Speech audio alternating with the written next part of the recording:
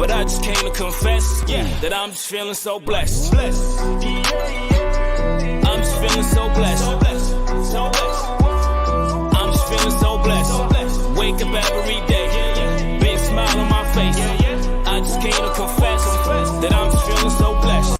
And then I made that connecting point where I was just like, hey, people. Hi, Josh. Popping it in, I'm going all in. Talking about me when she with her friends. Said when she with me, she loving that shit. When she with me, can't get enough of it. Popping it in, I'm going all in. Talking about me when she with her friends. Said when she with me, she loving that.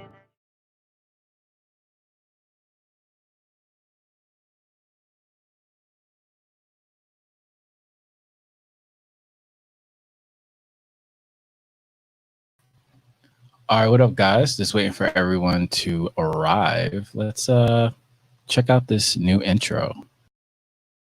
And then I made that connecting point. Wow, did it again. Rookie mistake. But I just came to confess, that I'm just feeling so blessed. I'm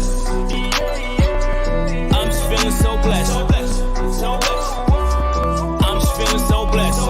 Wake up every day, big smile on my face. I just came to confess that I'm just feeling so blessed. Hi, Josh. Popping it in, I'm going all in. Talking about me when she with her friends. Said when she with me, she loving that shit. When she with me, can't get enough of it. Popping it in, I'm going all in. Talking about me when she with her friends. Said when she with me, she loving that. Brother KG looking quite studious this evening. I see you, my brother. Okay. Ah, well, that helps. I wonder if everyone else can hear me. So you can't hear me at all. Interesting. Let's check this out in real time.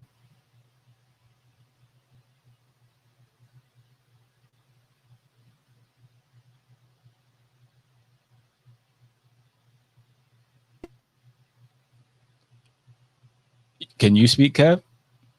No, I can't hear you at all.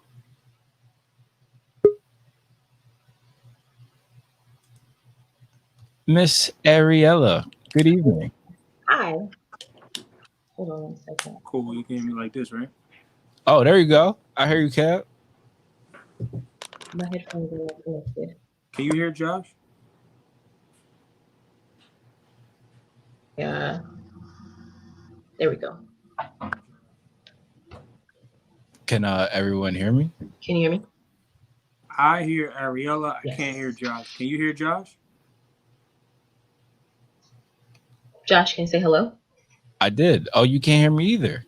Hold on. Let me. I can hear Josh. Oh. Can you hear me? Yes, I can hear you as well.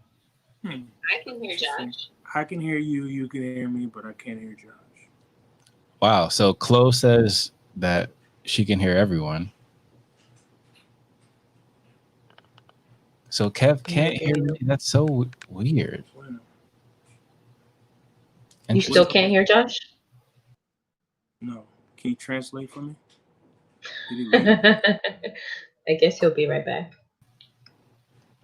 Not at all. This time. There you go. I'm not Teddy Riley this time. It's not me. Can you hear him? Yeah, I hear him now. We good.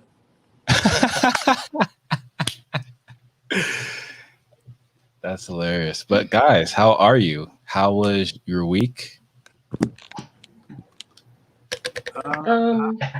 Very busy week. My week got busy starting. My weekend was busy, and I've been going ever since. I went to the Trenton protest. That was awesome. It was good energy. Very surprising to see the outcome of the people that were there. But other than that, I mean, it's been work and more work, and clients and building and parenting and all of those things.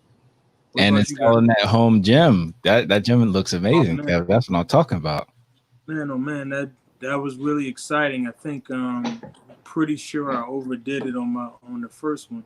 I still have some more stuff coming in, so it's not complete yet. That's why I didn't show the whole thing, but it's definitely coming together. And surprisingly, well, let me dial it back. I was always against having a home gym because I figured I wouldn't want to go. The energy of going to a gym is really like a huge part of my motivation. But I trained my first time there, and it was surprisingly exciting. I mean, being able to be in complete control of my environment, listen to the music that I want without having to have my headphones on, not having to wait for equipment or deal with any goofy shit that happens in the gym periodically.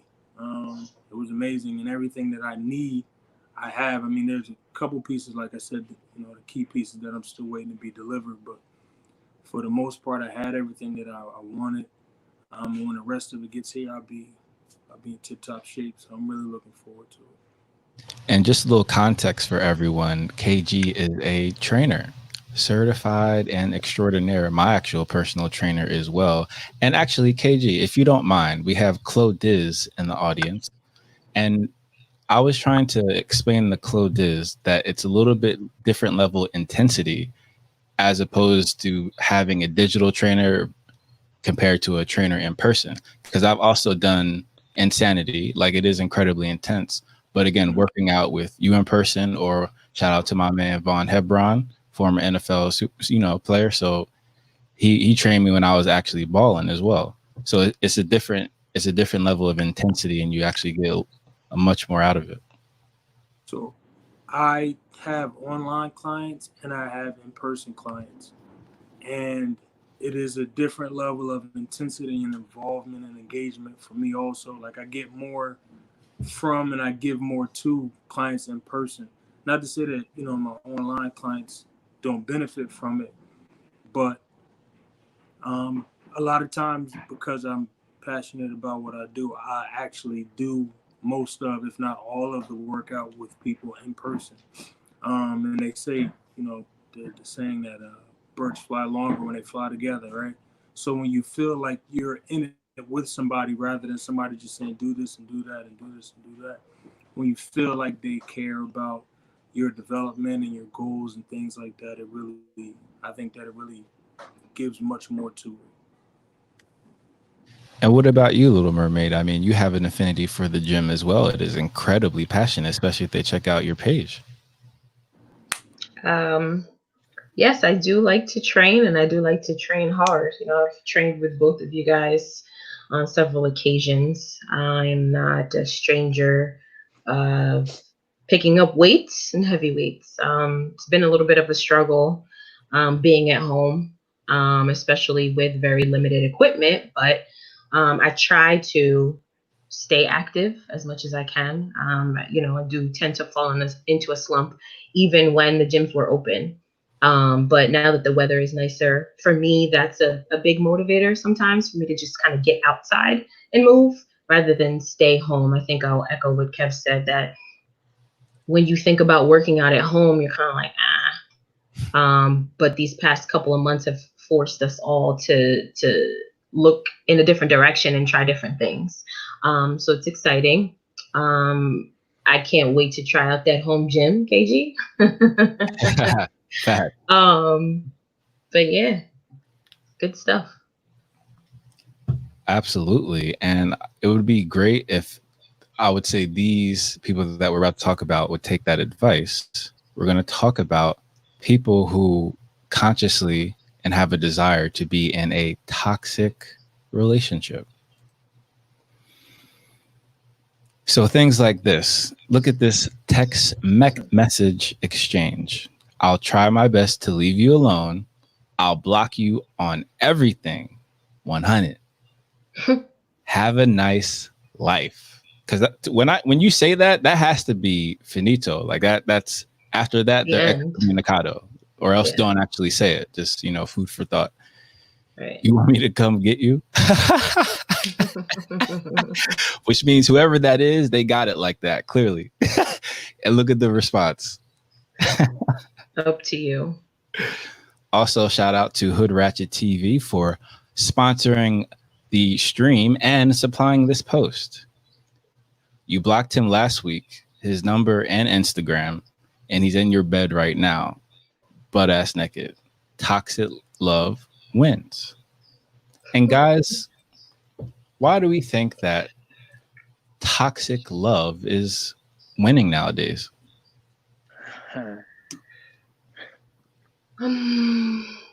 I will let you go first, KG. I think that I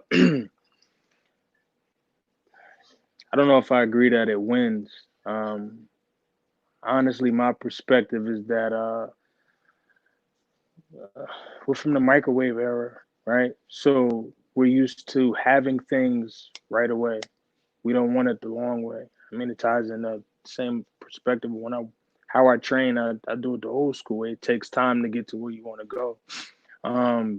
That ties into this topic because I think toxic relationships, it seems like they're very involved because it's like a quick fix. Like you argue, then you have makeup sex. You have a disagreement, then you patch it up. It hasn't gotten to the point where you guys have evolved into growing and bettering and improving each other as individuals. You haven't gotten past your demons and your laziness as individuals in order to grow and evolve. It's more or less just like quick feeds and quick fixes. Just like a lot of people would say, like, if like a woman, if she's crazy, like, oh, she's crazy, that means the sex is good. You know what I mean? So I say that to say that, sometimes you'll compromise something for something better, right? So you sacrifice what you want now for what you want most. So something excites you and you go with that rather than something being boring and steady and structured and something that you can count on. You rather have something that's exciting and has the ups and downs, and you consider that to be part of the ebbs and flows of a relationship when in fact it's not. If you were able to step back from that and think about what you want, where you want your life to go, and the type of person that could benefit and assist you in developing and growing towards that life, that would be what you would rather choose. But like I said, it's faster, it's exciting, has ups and downs, it's emotional, and that's what people want. They want the here and now, not the long term. That's my opinion. So I would say I think some people don't know anything other than toxic relationships, right? So each relationship that they get into may just be toxic, and they may just think that this is how relationships are supposed to be, kind of echoing what Kevin said, right? They don't know the ebbs and flows of relationships. So they think that, okay, I dealt with this in my last relationship, and this is how it is in my new relationship, or this is the energy that they're bringing to their next relationship. They don't know what's on the other side of that toxicity, if you will.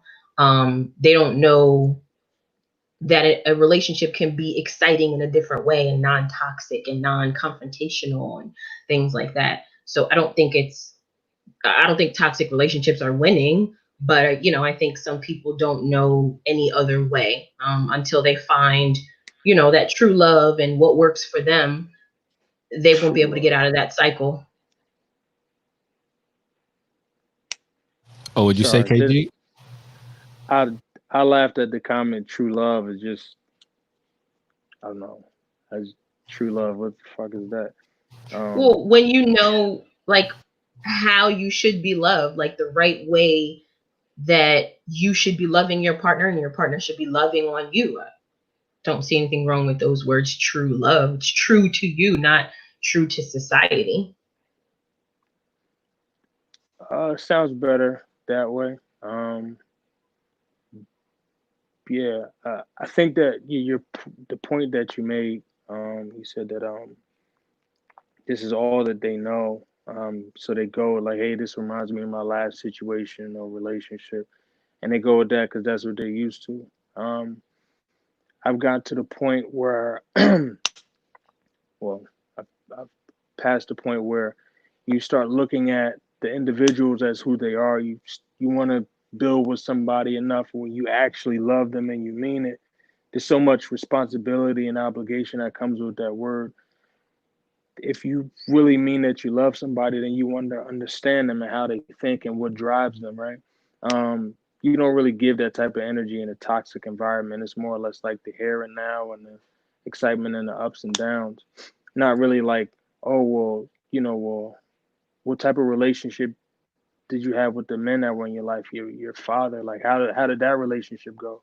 For you to start to understand how she's used to being treated, what she considers to be love, like all of those types of things. Right. I think when somebody gets to know you on that level, in my opinion, that is true love. When they get to asking about your background and, the men that are in your life, as Kevin said, it provides an understanding for the man on that woman. Again, it gets him to know how to love her. And then in turn, she can see, wow, like if let's say she was in a toxic relationship before this, wow, previous person I was with didn't ask me these questions. They didn't seem this interested in my background or the people around me. So that's why in my mind, I say that that's, true love, a type of true love. Oh yeah, that's definitely fair. These questions are always going to be subjective, and I respect that because that's how they should be. And I think that's the beautiful part about relationships. That may illustrate things like the concept of true love, right? And you have to work together. So it's not going to be easy. And I feel like people may be doubling down on that concept because it's like a fix. Mm-hmm. So like, oh, this person cares this much about me that they're willing to go through this. I mean, that might be how they're perceiving the situation when in fact they're just there just to smash. Because like Kev said, usually people who are, let's say, better in bed. I can't speak for the ladies on the, in terms of men, but I can only speak from girls, right? So from girls and women, usually the ones who are, let's say, the less emotionally balanced are usually better in bed. That's not always the case, and there's always going to be exceptions to the rule. But most of the time, that's usually the case. Interesting. I never really figured out why that is. Just true. It's just one of those things. It just is. That is a toxic trait. Absolutely, Claude is. With the gems. Well, see what happens is other people are resistant. Well, see, I think that to both points, it's that and I suffer from this too. It was like, everybody knows themselves, but you have to be able to love yourself in a way to figure out who you are and why you love the way you do and why you communicate the way you do. And it takes maturity and it takes time and it takes patience and dedication to get to know yourself in that way. And if people don't take the time to get to know themselves in that way, they're constantly looking for that from somebody else. So if they don't know what they should wear or they don't know how they look, you need compliments. That stuff feeds your soul, so to speak, because you can't feed yourself. So you get that from relationships, whether you get that from compliments or sex or just presence or any of it. I think that's what happens. It's like validation. Absolutely. And I would have to agree with ABA here because at the end of the day, the colloquial understanding of love and true love comes from Hollywood. And that Hollywood version was created to sell products. You know what I mean? And a lifestyle and an ethos of consumerism. So that's why the whole concept, you got to get a massive ring to make an impression. That just helps the economy. It's just marketing at the end of the day, and great marketing, but marketing. Right. Yeah. That's why I said, for me, true love, not the definition of what society says true love is, but what you feel between yourself and another person and you know, how they make you feel, how you make them feel, is just as important as well. Knowing how to love your partner just as much as they know how to love you. I guess that's why I cringed a little bit when you said true love. I'm like, true love, that takes a lot of growth and involvement, and like soul searching and things like that, to say like, hey, this, you got to know who you are, and what you like and what you don't like, and what you'll deal with and what you don't deal with. You got to be able to recognize toxic behavior immediately, Hmm. not like jumping into the ocean even though you see all these red flags. You know what I mean? Like, you'll never find true love like that. I wouldn't disagree. You have to be able to allow that in for you as well. And that comes with knowing who you are, what you like, what you'll accept, what you won't accept. You have to love yourself first. You have to be happy first in order to let that love in. I think that's wonderful advice, guys, especially for those in the college range, let's say, because for the most part, we understand how society is structured. It makes you feel like you're less than. So if you feel less than, then you'll be willing to accept different things that you normally wouldn't accept, but you think that you have to because your value, you only perceive yourself with a low value, which is inaccurate. So it's kind of like you guys said, you just have to grow into it. So that would be the advice that I would give to the younger generation on the way up. Right. Shit, some Agree. of the older generation need to take that advice too. It's true. Absolutely true. Age doesn't make you grown.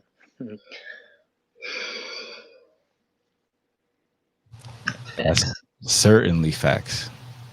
So if you guys don't mind me asking, have you ever been in a toxic situation as the observer or the person who was actually attracted to the toxicity? Hell yeah.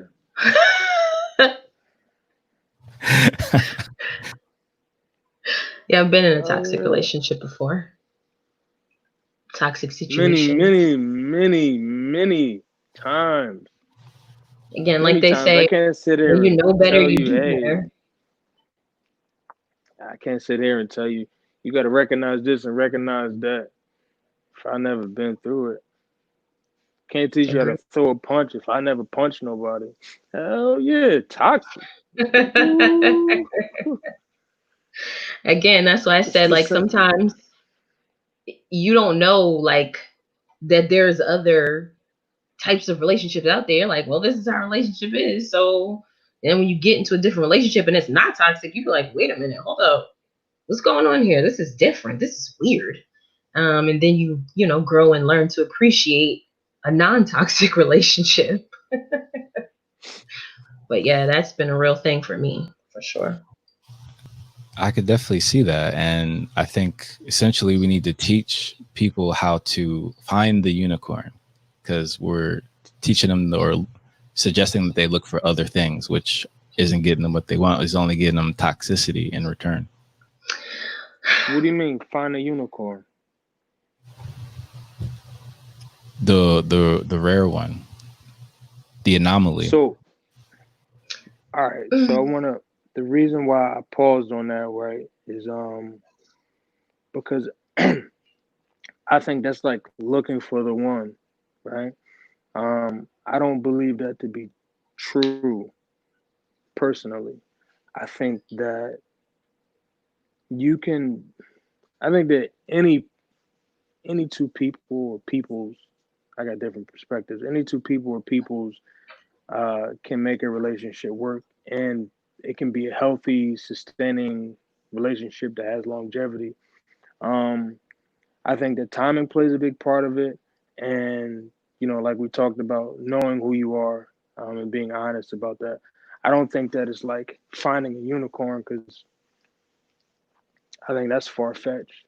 You know what I mean? Like, having uh, been through it. I mean, there's not too many situations that I haven't experienced in regard to relationships.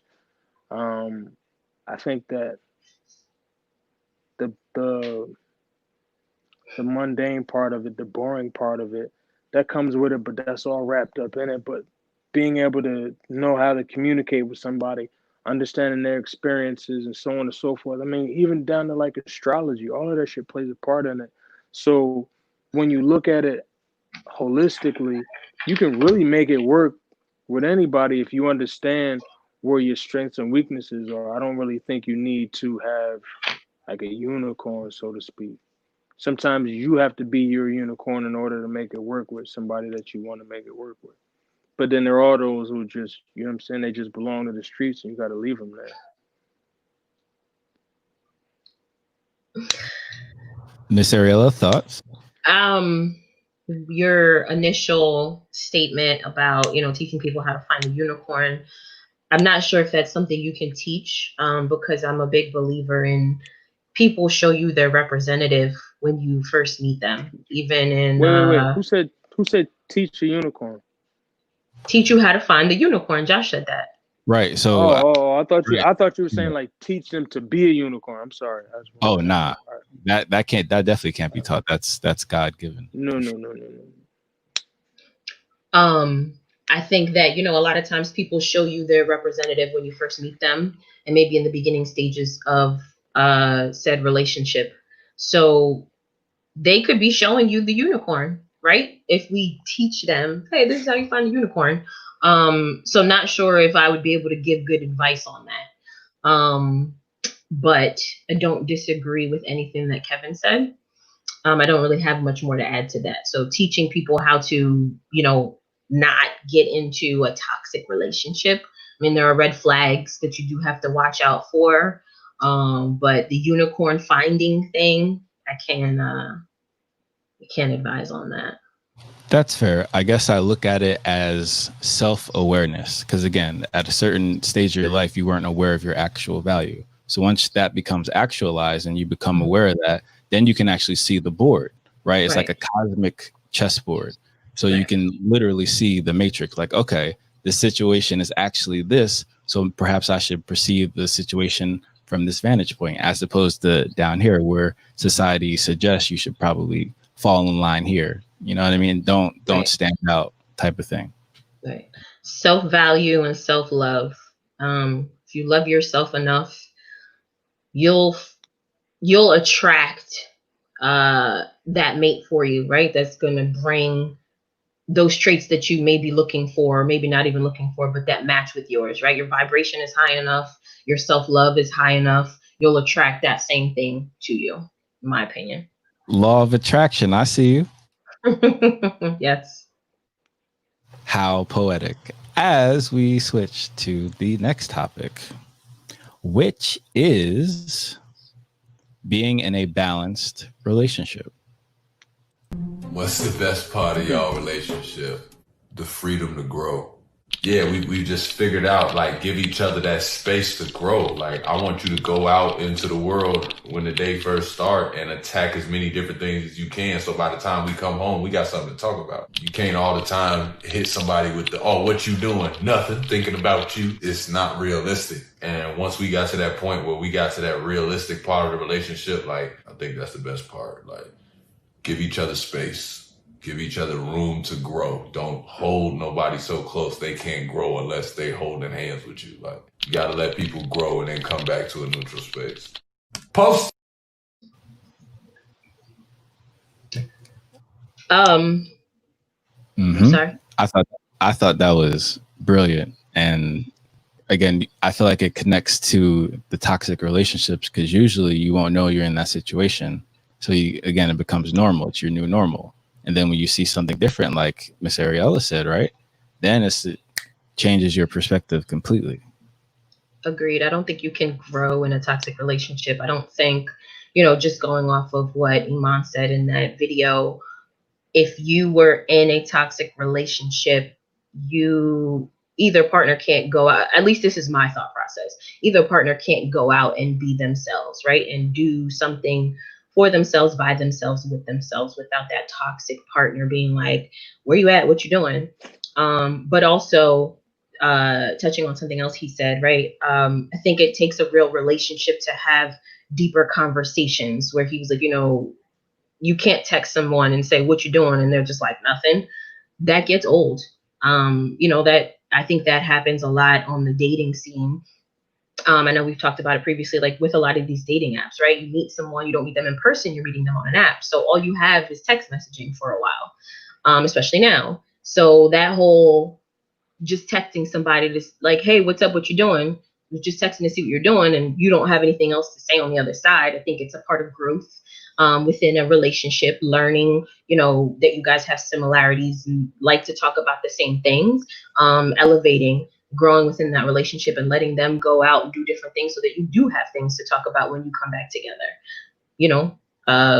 Share your different mindsets, different things that you learn about. Everybody's going to learn about something different. So it's great to have a partner where you can bounce different ideas off of them, or things that you experience throughout your day.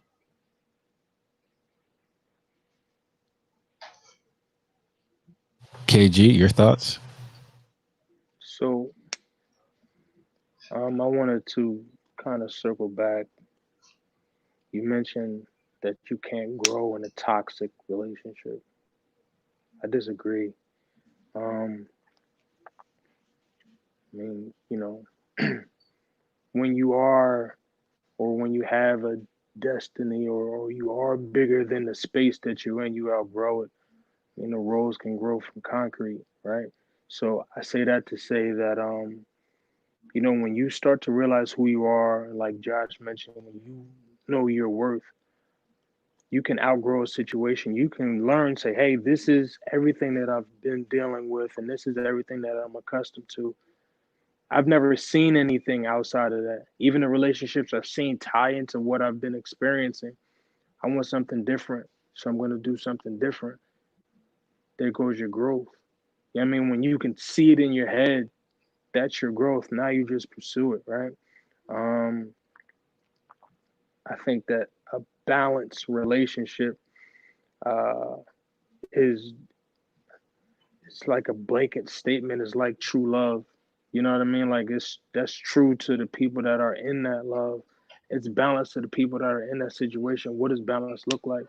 For some, balance has stereotypical roles, whereas the woman does the cleaning and the man takes out the garbage and changes the oil in the cars. You know what I'm saying? The woman takes care of the kids and the man does the work for money. Like, you know what I mean? Like the balance depends on the individuals. I know successful marriages that have lasted, whereas the man stayed home. The woman was a lawyer. She went to work. It worked for them. Um, that was the arrangement that worked. I know where the man does the cooking, and then like they split everything else. He does the grocery shopping. He pays the bills, and they they split up everything else. Like it all depends, and I don't think that balance can be decided in a general term. And I think that if everybody stopped trying to put it all under this umbrella, sit it in this category, then people would be able to understand that each situation can be completely different and unique for whatever it is that they need. That's my take on it. I would agree with what Chloe said, that I think that growth happens after the toxic relationship ends.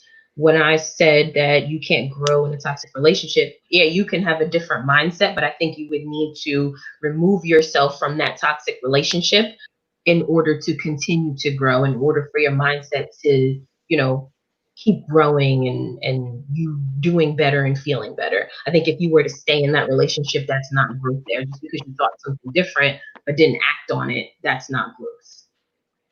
So that's what I mean. You can't grow within the toxic relationship. I would argue, I guess it's just really just like wordplay at this point, like because you said grow. I mean, I look at that as a difference between growth and progression. Or growth.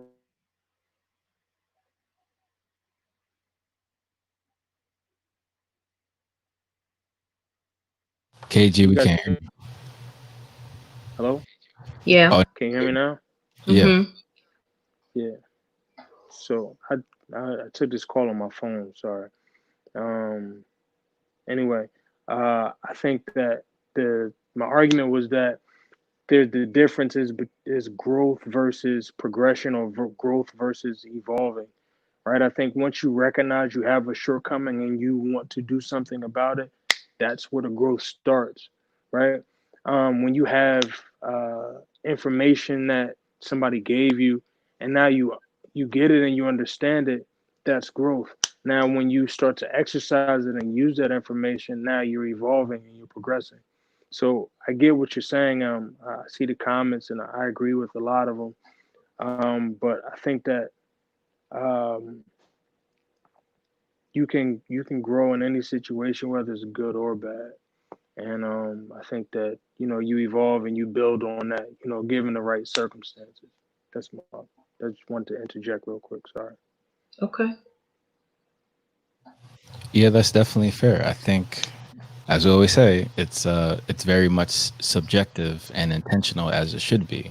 So don't be in a toxic relationship, or work together to make it a balanced relationship. That would be even better for both parties. But unfortunately, it doesn't always end up that way. But it can. So you just have to be able to communicate. I guess communicating might limit, or let's say diminish, the toxicity. Just being incredibly authentic and transparent. Because I feel like in a toxic relationship, some people aren't really showing who they are. Agreed. Well, I mean, they also. I was just going to say communication is key, especially when it comes to balance in a relationship. Like Kevin said, balance is different for all relationships. So communication needs to be there, whether it's going to be the man who does the cooking or whether it's going to be the woman who does the cooking. Communication has definitely got to be there in order for it to, number one, feel balanced and be balanced. I think that you can grow in a toxic relationship, but you can't grow together. You know what I mean? Like if you realize that this relationship is not healthy or beneficial to either one of you, you can realize, say, hey, like I've seen very, very extreme scenarios. I don't want to like dampen the mood, but I think that like in certain situations, you can say, hey, I need to get myself out of this situation. So it's almost like you have to grow and know better and kind of start to see the matrix, so to speak. But you have to do it quietly so that when you make your move, you don't have to do any what do you call it? What's the word I'm looking for? You don't have to take any steps back, right? So say, hey, if you're in a relationship and your partner is the one that is the breadwinner, but you know this relationship is toxic, they're immature or whatever the situation is, and you say, okay, I have to get out of this situation. You can grow in that situation. It's not the best environment, don't get me wrong, but you can. So I guess I'm speaking to the exceptions, not necessarily the norm, so to speak. That was a good example. Thank you. Because I was going to say, what do you mean? Agree. You cannot grow. I don't believe you can grow together. I don't necessarily think that you can. There will be a lot of growth. Like I said, I think that the mindset, once it changes, yes, that is growth, but you have to get out of that in order to keep growing. That's what I think. Because then is it a relationship, right? If you, let's say you realize that you're in a toxic relationship and you got to get out of this, but your partner doesn't think that, no, this relationship is great. Why are you leaving? We need to stay together, blah, blah, blah. And you're like, I'm on another wavelength right now. I'm still in this relationship, but my mindset is here. This is toxic. I'm making other moves, this, that, and a third. You're not, right? You're not growing together. That's not going to grow. You're stifled if you're going to stay there. So you have to get out of that in order to keep growing. It stifles you.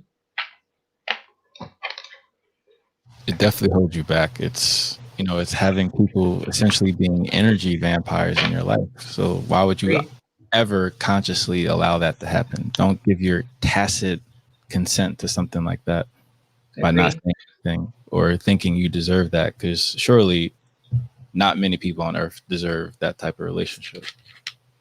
And I think a lot of times you may have the mindset, or a person may have the mindset to say like, hey, this is toxic and I got to get out of this, but may not necessarily know how to do it at first. and may have that same mindset several times throughout that relationship and just have not mustered up the courage to actually exit.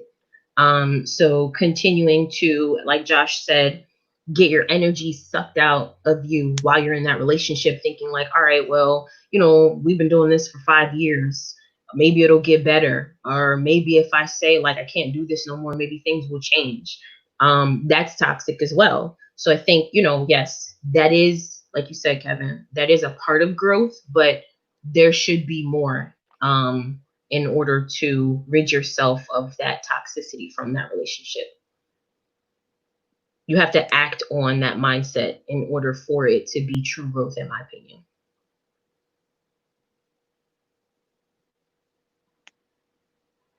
Right.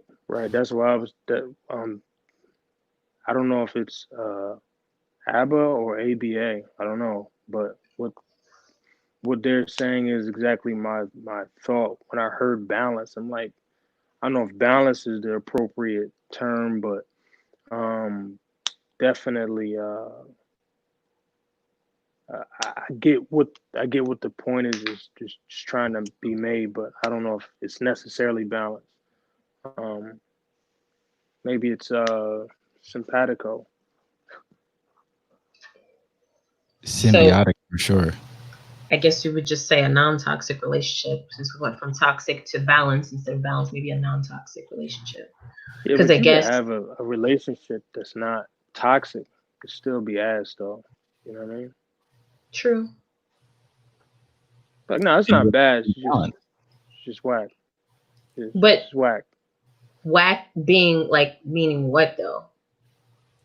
Well, I mean, that's the same thing as like, what is balance? I mean, it depends on the person that feels it and thinks it.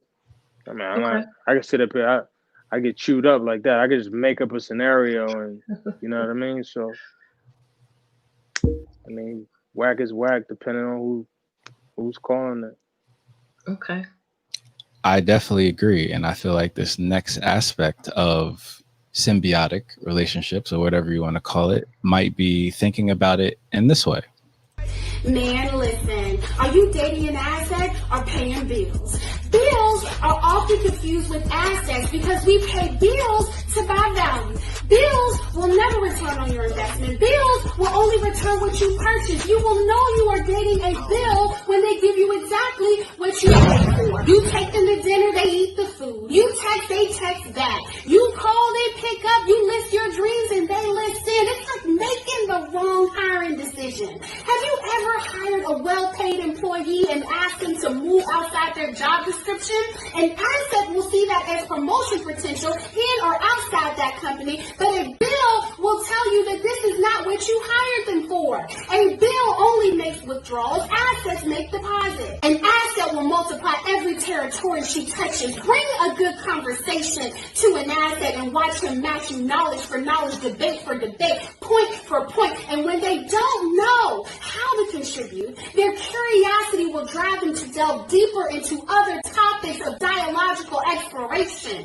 Good conversation between exceptional conversationalists will feel like making sweet love with your clothes on. Bring an idea to an asset. They will dissect it and determine its viability, then offer to help you materialize the substance of what you hope for, because assets create value through multiplication. They don't speak the language of equal exchange. That's why bills can be paid in full, but assets don't have thresholds, and that's why I'm so confused when a man will pursue an asset the same way that he'll chase a bill, and why I'm equally as perplexed when a woman will treat a good asset-producing man like a bill because she believes that's his job to pay for her. When an asset dates an asset, you will know by the fruit of their union. Their value transcends the boundaries of a finite payment and levels up to compounding, wealth producing, cash flow positive, income elevating foundations. Bills get buried. Assets get planted. You know an asset because of the harvest they produce in their lives. You know a bill because of the harvest they're asking you to produce in their lives. Bills always benefit more than the consumers because the profit margins are baked into the sale. And that's why it's always smart to date as an investor and not a consumer. Yeah, I thought that was brilliant. That was very, very clever. Hello? Very interesting. Can you hear us? Can you guys hear me? Yes.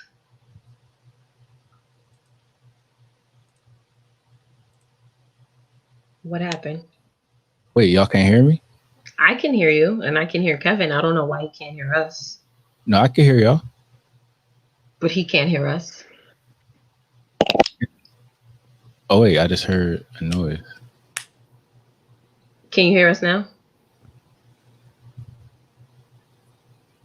Nothing. Interesting.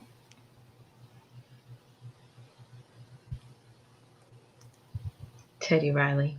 I'm Definitely actually not me this time. It's definitely you. You walked away, came back, and now we can't hear you. You know, the thing is that I can't hear y'all, but it looks like you're saying it is you. But it's not me.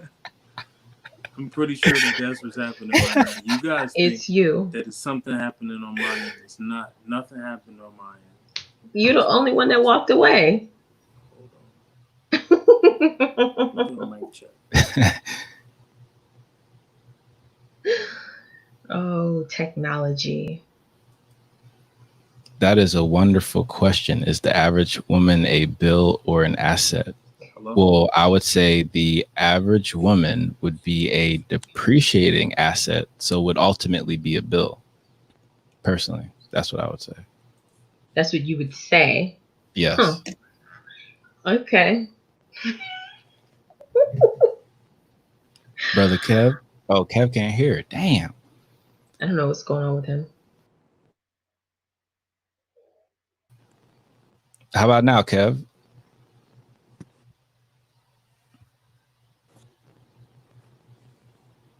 That's weird. But clearly you have some thoughts. Miss Ariella, please. I thought that was a good video. It was a little entertaining. But I think she explained it pretty well. I don't think I've ever used that analogy before or ever looked at it that way. Can you hear us now? No? No? Okay. I didn't memorize everything that she said in the video. But I thought it was brilliant. I don't know if I have much more to add to it. In terms of when it comes to dating, right? I think it goes along the lines It looks of like everything. it's so interesting. I want to hear what's happening. It's starting to piss me off. KG. Oh boy, let's hope he gets it together. But he should be able to hear us in the studio. So Kev, can you put your thumbs up if you can hear us now? You still can't hear us. Oh, all right. We good. You can hear us now? But when I put this on my main screen, like, yeah, I hear you. I hear just you, though. Well, I didn't say anything. Can you hear me? Guess not. Hello? Yeah. Facts.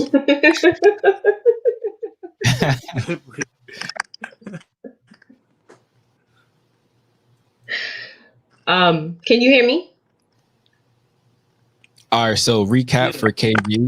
KG, essentially, I said that an average woman, the question was an average woman a bill or an asset. I said an average woman is going to be a depreciating asset and thus a bill.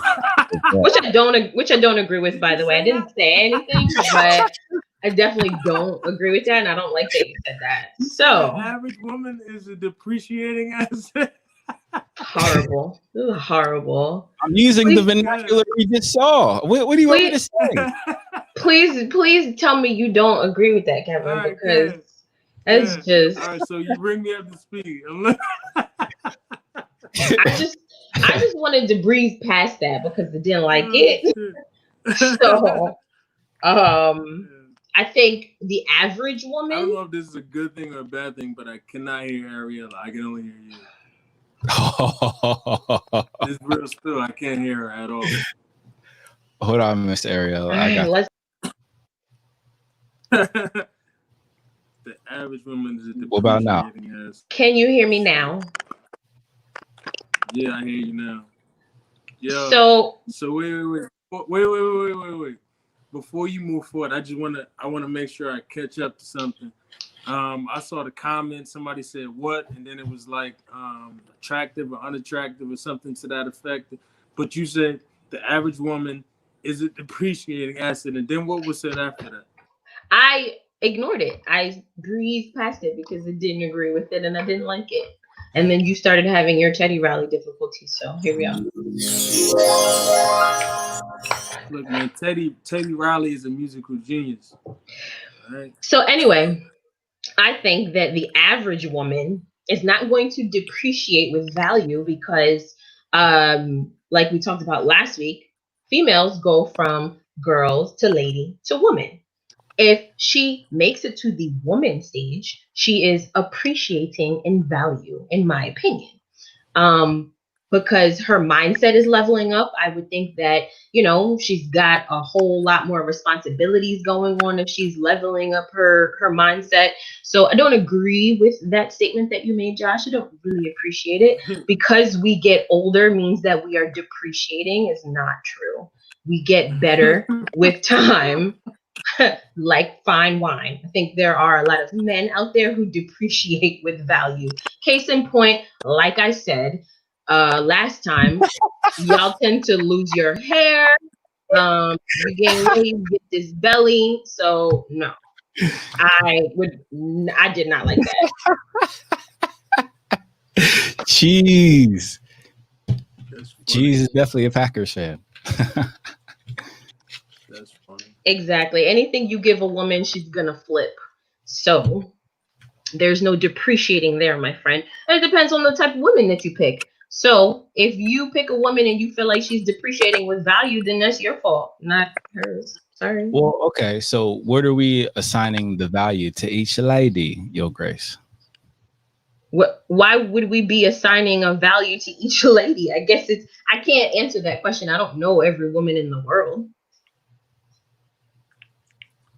So technically you're saying you're not able to make a reason why it's not a depreciating asset. Well, I just gave you a couple reasons. Well, I'm sorry, I didn't hear, like I got muted out for some reason. But Josh, can you explain your perspective? Maybe I don't know if you did or not, but why the average woman is a depreciating asset? Excuse me, I'm not feeling the best. But I'm here. Like your Thank you, ABA, because the wall is undefeated. What are we talking about? Like the wall in like Game of Thrones, that type of wall. I didn't watch Game of Thrones. I'm sorry, I don't know the reference. All right, so the wall was a magical wall built to keep out essentially evil forces, for lack of better words. Mm-hmm. And it's the mainstay of prosperity because beyond it is a barren wasteland. So older women are on the other side of this wall? Well, would you consider older women barren or younger women barren? Any age of a woman can be barren. Well, we're talking on averages here because we talk about the average woman. So let's just talk about averages in terms of statistics. Uh-huh. Okay, so yes, as a woman gets older, she is less able to have a child. But okay, go ahead. Well, I'm just saying, whether y'all agree with it or not, that's literally how people have the value in society all over the world. Is the beauty in youth and the ability to procreate. And as we know, men can procreate until the 80s. So that's your reason for the comment on a woman's value depreciating as she gets older. From the previous show, yes. but from today. Kev, can you save your boy, please? I don't really need saving. I'm safe on the wall here. I'm just looking down like the Night's Watch. Yeah, the comments are speaking for the women. But I would love to hear another man's point of view on this, please. Isn't Big Mike in the comments? Big Mike, don't be shy. Come on, where you at? All right. So I wanted to first I wanted to say that I understood what, like, the perspective from which Josh was coming from when he said it. I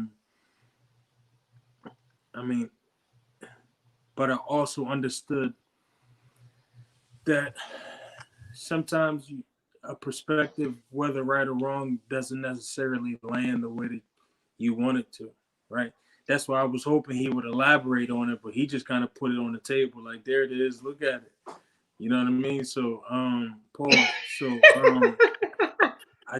don't know if, like, I don't really need to explain it, so to speak, but when he stated it as though it was like, it just goes to, you mentioned being barren, giving birth. Like, if we look at it like as our purpose on earth, if you take away material things, our purpose on earth, that's really what he's referencing.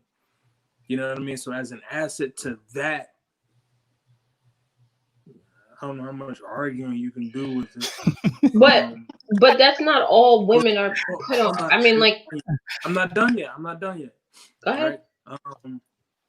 But I think that because he's looking at it from that perspective, that is the perspective he's looking at.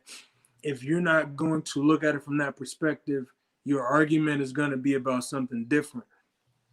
Now, with that said, to talk about something different, no, I don't agree that all women or the average woman is a depreciating asset outside of that, right?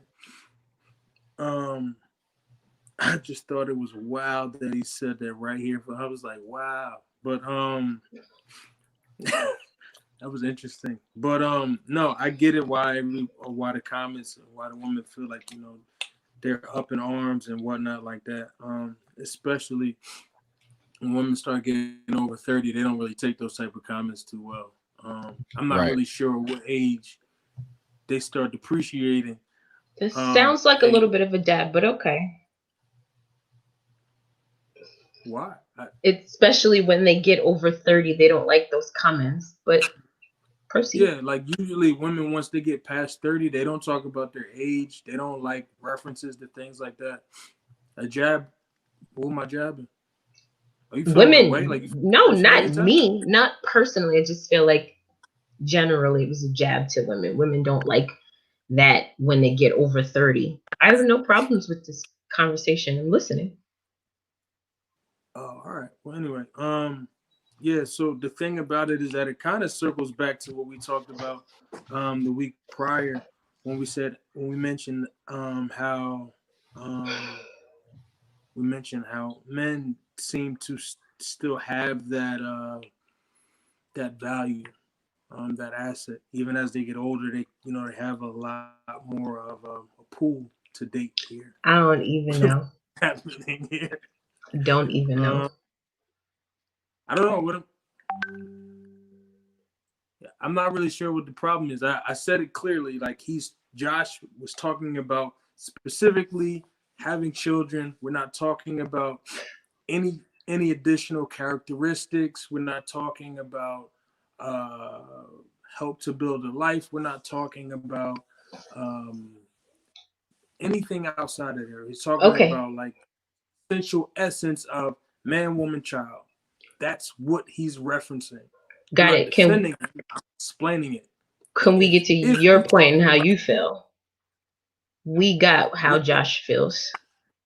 Well, you asked me to help him out. I really wasn't helping him. I was just trying to explain it. So what is my question? What is your perspective on it? You said what you said how you said how Josh felt, or you explained his perspective, so you were explaining yours. About what? That's what I missed a big about part assets and bills. The video that he played. Yeah, I think that the perspective, like breaking it down that way, was genius, thought provoking. Exactly. I wouldn't make it. Thank you, Big Mike. Sorry, reading the comments. I'm listening. I'm sorry. Okay, so I can't even get to my point.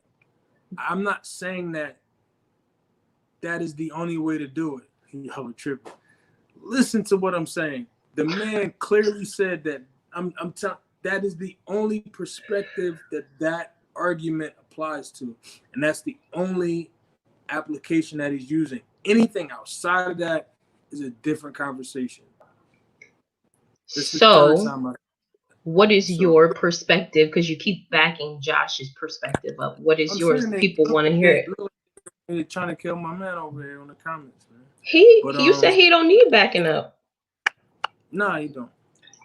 Gang shit. Anyway, so assets. I think that it all really seems like we're all talking about the same thing, like balancing toxic relationships, assets versus bills. I think it all falls under the same umbrella. Yes, you can have a bill that looks like an asset and an asset that looks like a bill, but when you're the one that's in it, regardless of what anybody else sees, you know the difference. But you can only know the difference if you yourself are an asset.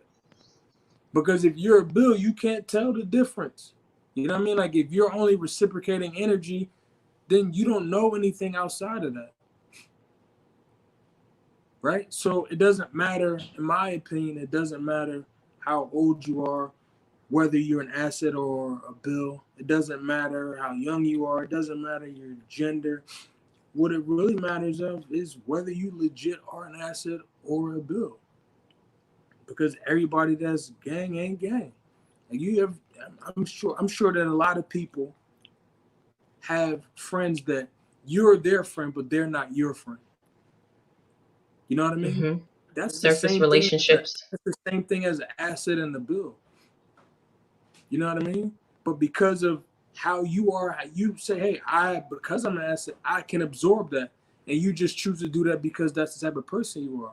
You can cut that off at any time. You don't lose sleep, they will. Eventually, because you don't realize you lose all your assets until they're completely gone, right? So that's why I say it really depends on the individual. It depends on who you are. You got to be able to see it for yourself. When you're an asset, it's easy to point out a bill. It's pointless. And it's almost like it just jumps out. Like, oh, yeah, I met you before. I know what type of person you are. Right. I just want to circle back real quick. Josh, I got it. Man, that was a ballsy move to say that right here on the. That was funny. We forgot about it, and you bringing it back up. I couldn't believe he said it when he told me he said it. I was like, he said that here just now? I couldn't believe it. I like that guy. Okay, and in correspondence with Cheese's request, the next topic is, could you be in a serious relationship with someone who has different political or religious, and I'll just add in social beliefs because of current events? All right, I want to shoot my shot on this, if you don't mind.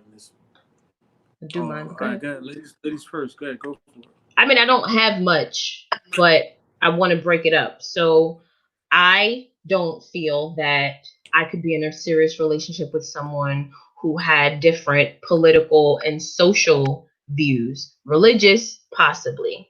However, I would love, for people in the comments to maybe change my mind about that. But I don't personally think that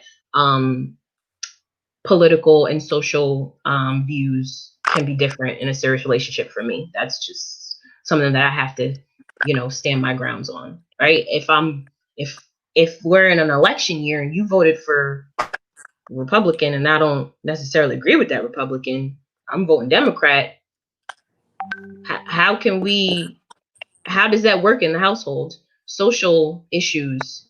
You don't mess with the Black Lives Matter movement. I don't know if I could be in that relationship. I don't think so. But religion's different, right? I can learn something from a different religion. They can learn something from my religion. That's my stance on it. That's not something that I would necessarily change. That's all I had to say about that. But you were going to say, Kevin. KG? Very, very black and white on this topic. I feel like I may not be open-minded enough to even hear out an opposing perspective on this. Hell no. Flat out,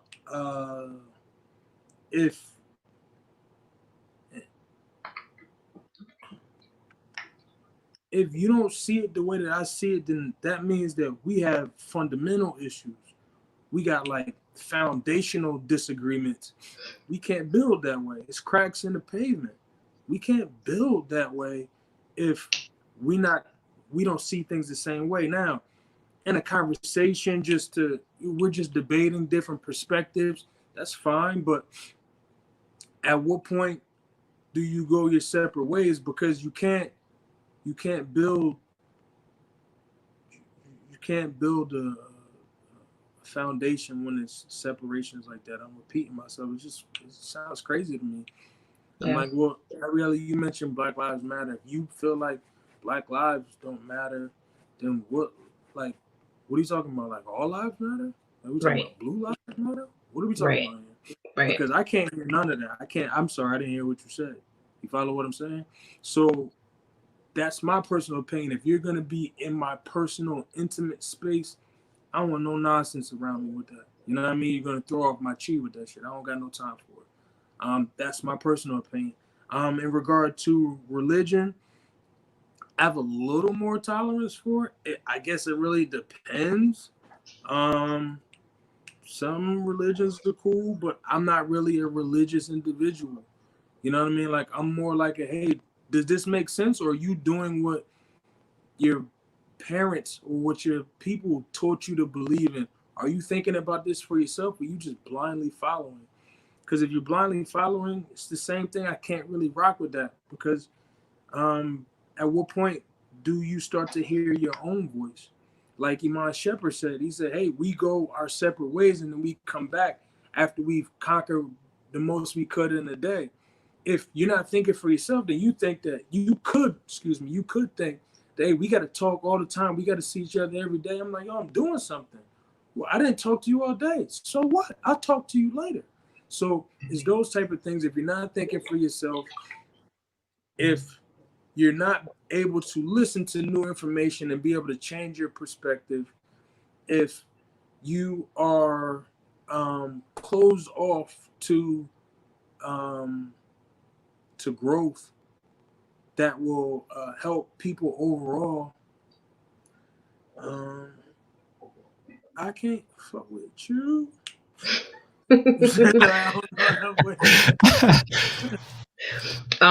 Just to add something more to the religious views, I think that I would be more inclined to be in a serious relationship with someone who had separate religious beliefs than I did if they weren't trying to push their religion on me. And to kind of piggyback a little bit off of what Kevin said, right? If they're open-minded and they're willing to learn, let's say, about my religion, if it's, very different from theirs, and maybe teach me a little bit without pushing it on me, then I think that could work. But the other two for me they're not something that I can let go. Social and political. Chloe hit the nail on the head. That's exactly what I said. Agreed. Absolutely not. Out of here. Yeah, no, it's not gonna work. I think a lot of times, well, I won't go that far, but yeah, agreed. Now, let's say they had the same politics and the same religion. I think politics influence is social, but that's Well, what let's I was say gonna they say. had the politics and religion, but they felt differently about things like race. Not happening. So I'm gonna go ahead and put this out there. I don't date outside of my race. It's my personal preference, right? I could talk to you for an hour just about that personally, but I just choose not to.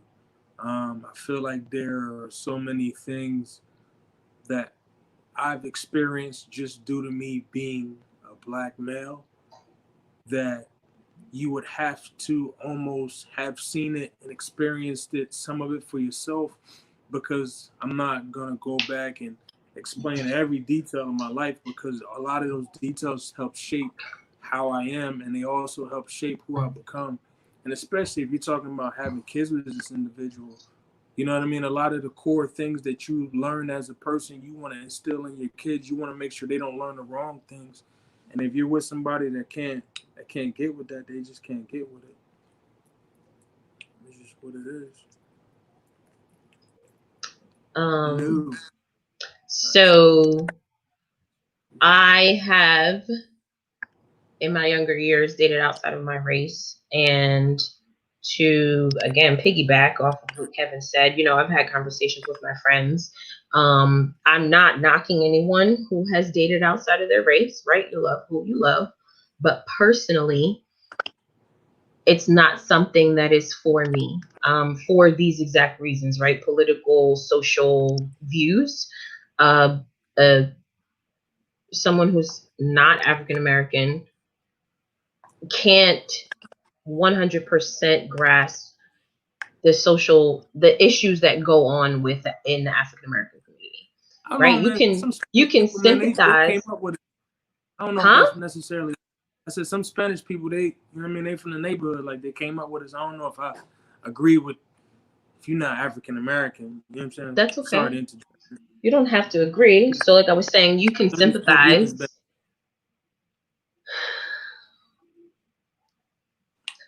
You can sympathize, right? But to live it, right? To know that it's, you know, some of these things have happened to people within your own family. It's different. And for what, that one reason alone is why I would choose to stay within my race. Right? Conversations would be different at home, and feel like, you know, my partner may feel like they need to tiptoe around conversations, and I don't need the tiptoeing of the like, these are real issues. We need to be able to talk about that. So yeah, that's big for me. Only if they identify as Afro-Latino, right? Right. Yeah, that's all fair and valid, and it really has to come down to your own personal preferences and what you identify with, because certain races, as we have discovered, can't really identify with other races. So for a little bit of clarity, we're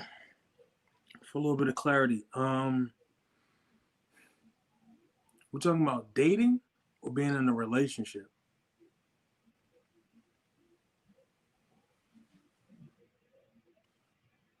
Just for a little bit of clarity, we're talking about dating or being in a relationship? You asking Josh or you asking me? Well, for me, it would be both scenarios. But let's break them up. So dating first, and then something substantial like marriage, like Amanda has just said. I think they would go hand in hand, right? I mean, not that I'm dating to marry, but how long is this relationship going to last if we don't have the same political, social views? To me, it's a surface relationship. If we can't get that deep into it and share the same views, why am I even doing it? That's not helping me better myself. I'm not growing there. Yeah, that's fair. I was just saying that if dating, you probably don't need any of those, because it could be a fling type of thing. Could be. If it were just a fling, then those things wouldn't matter. But if you're dating with a purpose, not smacking no all lives matter cheeks. That's just me. I mean, not that would be at the top of the list or anything. You're only gonna be around people that you're around, so you probably won't be around those people anyway. Yeah, I'm not smacking no all lives matter cheeks. Yeah, I think it would be the same whether dating or marriage. What are we doing here? I'm not, and I'm not casually dating there. So.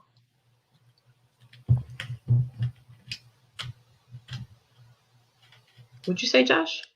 No, I'm asking if KG disagrees. With what?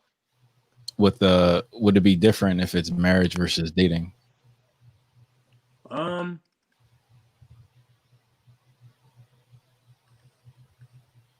So the reason why I even pause, it's not because I'm unsure, it's because I think of different scenarios, right? So when I was younger, dated, I didn't necessarily slept with, whatever. But like outside of my race, definitely. I mean, like it's you have conversations with, you kick it with them, you'll talk to them, whatever. I don't know if that still means the same thing now, but you know what I mean? Yeah, like different perspectives. I feel like you should have diverse people around you. You should be able to have a diverse group that you can go to and have conversations to help evolve and grow. I think that when you do have that diverse setting, you have to be sure about those people. It's just like with your close friends. Just because, they're your close friends and they're, they're from the mud with you, they're from the sandbox, it doesn't mean they're for your betterment, right? So I would say that I approach everything the same. So you have that diverse group. So yeah, you can, I would say dating, you talking. Yeah, but when you start talking about sex and relationships and things like that, like energy gets exchanged differently, and some stuff you can't take back, some stuff you can't get rid of, and I would just say I would be very careful with that. So much so that it's like how Muhammad Ali said it. He said if you got 1,000 snakes trying to get to you through the door, do you close the door to let none of them in, or do you hope that the 100 good snakes stop the 1,000 bad ones from coming to get you? You know what I mean? You can't tell. So personally, it's hard to ever differentiate who's good, who's bad until you're in the sunken place. I don't want to go down there, so I'm just gonna close the door.